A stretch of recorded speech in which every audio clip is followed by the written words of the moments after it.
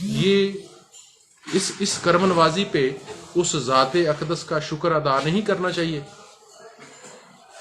یقیناً اس ذات اقدس کا اس پہ بھی شکر ادا کرنا ہے کہ اس ذات اقدس نے ہمیں شوق و محبت کا جذبہ عطا فرمایا۔ ان باتوں پہ رب العالمین کیا فرما رہے ہیں کہ شکر ادا کرو۔ نعمتوں کا انکار، رسول صلی اللہ تعالی علیہ وآلہ وسلم کی نافرمانی اور غفلت میں وقت ضائع کر کے ناشکری نہ کرو۔ اب یہ ناشکری کی باتیں بتا دیں، فرما دیا کہ ناشکری کیا ہے، صرف زبان سے یا اللہ تیرا شکر ہے، یہ شکر نہیں ہے۔ کیا فرمایا؟ نعمتوں کا انکار، رسول اللہ صلی اللہ تعالی علیہ وآلہ وسلم کی نافرمانی اور غفلت میں وقت ضائع کرو گے تو یہ ناشکری ہے۔ یہ کس باتیں کہاں پہ آئیں گی؟ یہ ناشکری کے زمرے میں آئیں گی۔ تو اس لیے ہمیں چاہیے کہ ہر لمحہ، ہر لحظہ، ہر گھڑی خالق کائنات رب العالمین کا ذکر کریں اور اس کا شکر کریں۔ سبحان اللہ والحمد للہ ولا الہ الا اللہ واللہ اکبر، سبحان اللہ وبحمدہ، استغفر اللہ واستغفر اللہ واستغفر اللہ ربی من کل ذنب واتوب علیہ۔ دیکھیں یہ کتنے اچھے اچھے کلمات جو ہیں وہ ہمیں سکھائے۔ سبحان اللہ وبحمدہ، بندہ جو ہے وہ اللہ تبارک و تعالیٰ کی پاکی اور اس کی تعریفیں بیان کر رہا ہے کہ یا اللہ تو پاک ہے اور تجھ جیسا کوئی نہیں ہے، ساری تعریفیں تیرے ہی لائق ہیں۔ اور پھر اس کے بعد اپنی عاجزی اور انکساری میں کہتا ہے استغفر اللہ، یا اللہ میرے گناہ معاف کر دے۔ واستغفر اللہ ربی من کل ذنب واتوب علیہ۔ جس وقت بندہ زبان حال سے یہ عرض کرتا ہوگا تو کیا مالک معاف نہیں کرتا ہوگا؟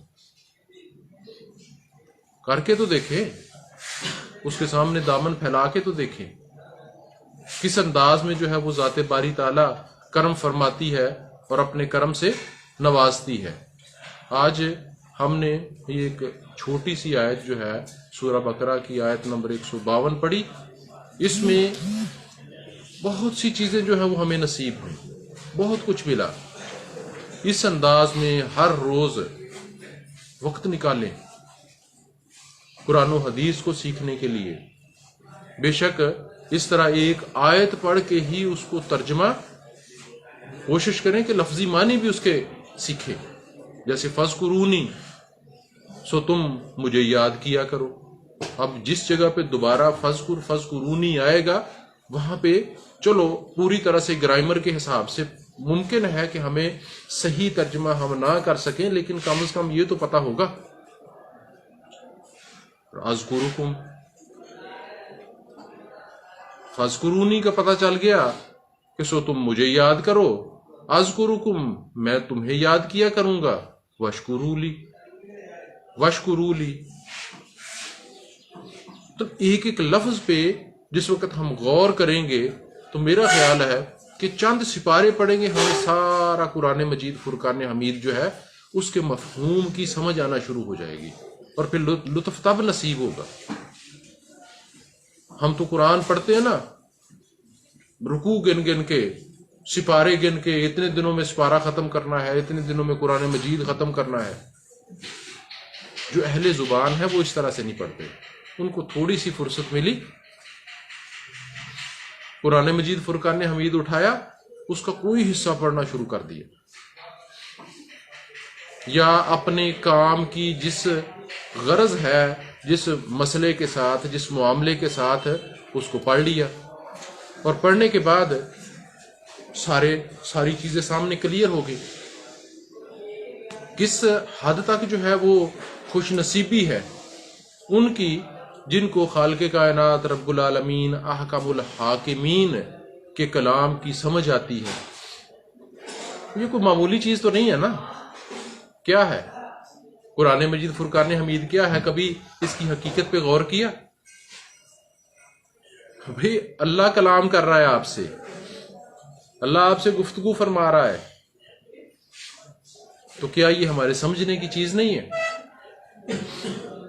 پہلے بھی میں نے ایک دن بات کی تھی کہ اگر دوست کا خط آئے اور جرمنی سے کسی آپ کے دوست کا، کسی ٹیچر کا، کسی ٹرینر کا، کسی کا آپ کو خط آئے اور اس خط کے اندر ڈچ لینگویج لکھی ہو، بس اٹھائیں گے، اٹھا کے جناب وہ لفافہ لیمینیٹ کروا کے اور کسی اونچی جگہ پہ رکھ لیں گے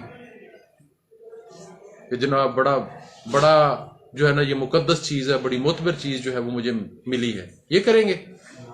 یا دوسرا کام کیا کریں گے؟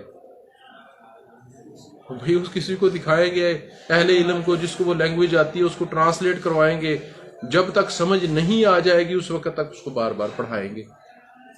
ایسا نہیں ہوتا. تو پھر قرآن مجید فرقان حمید کے حوالے سے بھی کچھ غور کرے، کچھ فکر کرے کہ اللہ تبارک و تعالیٰ نے یہ کلام جو ہے وہ ایک لفظ پہ 10 نیکیاں، حرف پہ 2 پہ 20 اور 3 پہ 30 کے لیے ہی نازل نہیں کیا. اس مقصد کے لیے نازل نہیں کیا کہ ہم پورا سال جناب پوچھے نا قرآن پاک کو، رمضان المبارک میں جناب 3 دن میں قرآن، 3 دن میں قرآن، 3 دن میں قرآن پڑھ کے اور ڈھیر لگا لے ثواب کے. احکامات پہ عمل کے لیے کہ جو احکامات خالق کائنات رب العالمین احکم الحاکمین نے ہمیں دیے ہیں ان پہ عمل کرنے کے لیے. اور عمل کب کریں گے؟ جب سمجھیں گے. تو اس لیے ضروری ہے کہ ہر روز کم از کم ایک لائن قرآن پاک کی، کوئی ایک آیت، کوئی ایک مضمون اس کو پڑھیں، سمجھیں اور پھر اس پہ عمل کریں. اللہ کریم ہمیں عمل کی توفیق عطا فرمائے.